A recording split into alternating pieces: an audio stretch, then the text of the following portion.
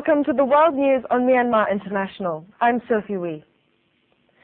Trade ministers from across the Asia-Pacific region gathered in Japan's northern city of Hokkaido on Saturday the 4th of June to seek more free trade in the region and assess their past efforts in liberalizing their economies. Trade ministers and officials representing the 21-member economies of the Asia-Pacific Economic Cooperation Forum are joining the two-day meeting.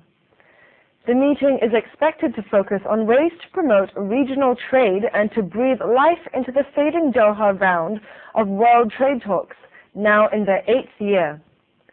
World Trade Organization Director General Pascal Lamy is also joining the conference to explain the progress of Doha round, which critics say has divided developed and emerging countries. The Foundation for Human Rights, Freedom and Humanitarian Relief, the Turkish charity that organized the Gaza-bound aid flotilla intercepted by Israel, has released new footage on Friday the 4th of June of the pre-dawn Israeli raid. The raid, which took place on Monday, May 31st, left 9 people dead and dozens injured. The video footage shows pro-Palestinian activists using slingshots and sticks against Israeli soldiers landing on a vessel. It also shows severely injured activists being carried inside the vessel by their friends. Turkey's AK party government, a staunch supporter of the pro-Palestinian convoy, has cancelled joint military exercises, recalled its ambassador to Israel, and successfully called for an emergency UN Security Council to condemn the Israeli action. Cyclone Fet, despite weakening from a Category 3 to a Category 1 storm, pummeled Oman's coastline on Friday the 4th of June, killing 2 people and halting oil and gas production. Oman's meteorological office reported that wind speed was 75 miles per hour near the Omani island of Masira, and the cyclone was expected to move away from Oman on Saturday, leaving the country relatively unscathed. But the cyclone brought fierce heavy rains with winds peaking at 86 miles per hour. Oman stopped its oil and gas production due as Fet hit the small country's coast, but no facilities have been damaged. The Cuban government warned residents that the island's prolonged drought is intensifying and that more must be done at home and at work to conserve water. More than 500,000 Cubans already depend on state-provided water trucks for drinking water as a result of the severe drought which started in November 2008. It is a difficult situation thinking that there are women with small children, very small, and there is a water shortage who are caring for them. There is little water for school in the morning, for getting your child ready for school, their breakfast, washing their uniform, everything. Imagine it, without water we can live. It's the most basic.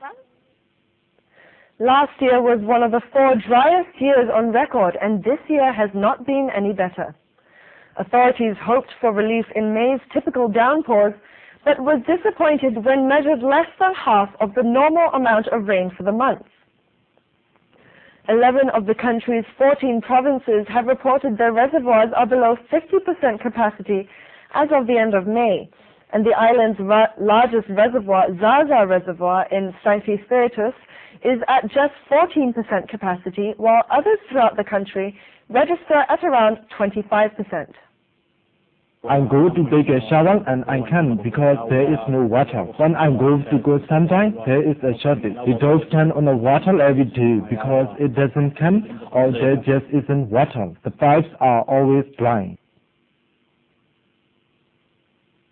In tennis, Rafael Nadal powered into the French Open final with a commanding straight-set victory over surprise semi-finalist Jürgen Melzer on Friday the 4th of June.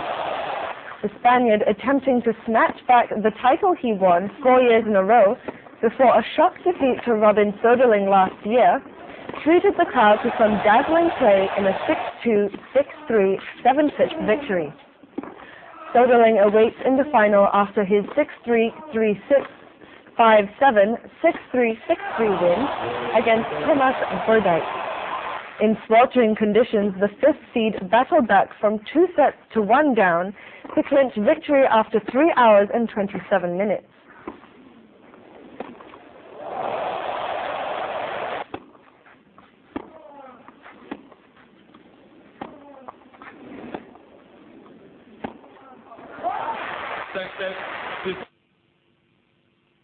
In golf, American Ricky Fowler fired a 6 under par 66 to grab a 3-shot lead at the Memorial Tournament on Friday the 5th of June, while world number 1 Tiger Woods comfortably made the cut.